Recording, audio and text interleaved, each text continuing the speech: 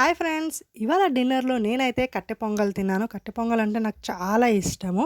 నేను జాబ్ చేసే టైంలో ఆఫీస్‌లో మాకైతే అక్కడే బ్రేక్‌ఫాస్ట్ పెట్టేవాళ్ళు. సో, అప్పుడు నేను ఫస్ట్ టైమ్ కట్టె పొంగల్ తిన్నాను.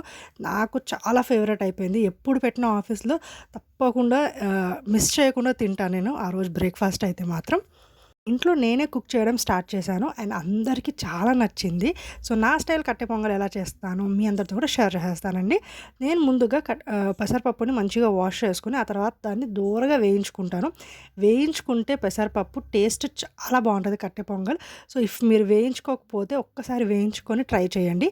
నేనైతే ఏ గ్లాస్‌తో అయితే పెసరపప్పు తీసుకున్నానో సేమ్ అదే గ్లాస్‌తో అంతే మెజర్‌మెంట్ రైస్ కూడా తీసుకోవాలి. ఇప్పుడు నేను ఒక గ్లాస్ పెసరపప్పు తీసుకున్నాను.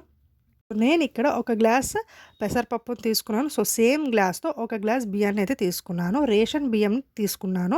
రేషన్ బియ్యం అయితే మంచిగా మెత్తగా ఉడికిపోయిద్ది. సో, అందుకే అదే ప్రిఫర్ చేయండి. బియ్యాన్ని కూడా మంచిగా వాష్ చేసేసుకొని మనం కుక్కర్‌లో వేసేసుకున్నాం.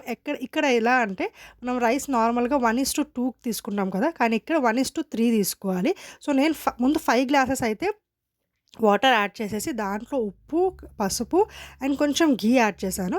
అది బాగా ఉడికిన తర్వాత మనం ఇంకొక గ్లాస్‌నైతే వేడి నీళ్ళు యాడ్ చేసుకుందాం. మనం ఎందుకంటే 6 గ్లాసెస్ ఎక్స్‌ట్రా యాడ్ చేసామంటే అదేమైద్దంటే పొంగిపోయిద్ది. సో, అందుకే 5 గ్లాసెస్ యాడ్ చేసి ఇంకొక గ్లాస్ తర్వాత యాడ్ చేశాం. సో, ఇక్కడ మనం లాస్ట్‌లో పోపు వేసుకుంటాము. పోపు కోసం నేను ఒక 2 టేబుల్ స్పూన్ ఘీ యాడ్ చేశాను. దాంట్లో ఒక గుప్పెడంత కాజు యాడ్ చేసుకున్నాను. కాజు కొంచెం మంచిగా ఫ్రై అయిన తర్వాత దాంట్లోకి ఒక టీ స్పూన్ ఆవాలు, ఒక టీ స్పూన్ జీలకర్ర యాడ్ చేయండి. అలాగే ఒక హాఫ్ టీ స్పూన్ మిరియాలు యాడ్ చేసుకోండి. అండ్ అరంగుళం సైజు ఉన్న అల్లాన్ని చిన్నగా కట్ చేసి అది కూడా వేసుకోండి.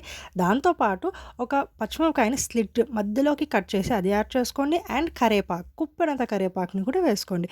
అండ్ లాస్ట్‌లో ఒక హాఫ్ టీ స్పూన్ ఇంగువని కూడా యాడ్ చేసుకోండి. టేస్ట్ అయితే అద్దిరిపోయిద్దనమాట. ఇలా పోపయితే రెడీ అయిపోయింది.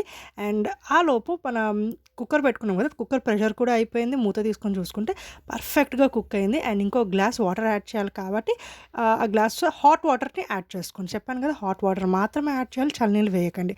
హాట్ వాటర్ యాడ్ చేసిన తర్వాత మనకు కావాల్సిన కన్సిస్టెన్సీ పర్ఫెక్ట్‌గా కనిపిస్తుంది కదా! వీడియోలో చూస్తున్నారు కదా! సో, ఆ కన్సిస్టెన్సీ ఉండాలి. ఆ తర్వాత ముందుగా ప్రిపేర్ చేసుకున్న పోపును కూడా యాడ్ చేసేసుకుందాం. అంతేనండి. ఎంతో సింపుల్‌గా నా స్టైల్‌లో కట్టె పొంగలైతే మీతో షేర్ చేసేసాను. తప్పకుండా ట్రై చేయండి. ఎలా అనిపించిందో కామెంట్ చేయండి. నేనైతే ఇంకా లేట్ చేయకుండా వేడి వేడి కట్టె పొంగలు కాస్తంత నెయ్యి వేసుకొని తింటుంటే ఎంత కమ్మగా ఉందండి. చాలా చాలా బావుందసలు.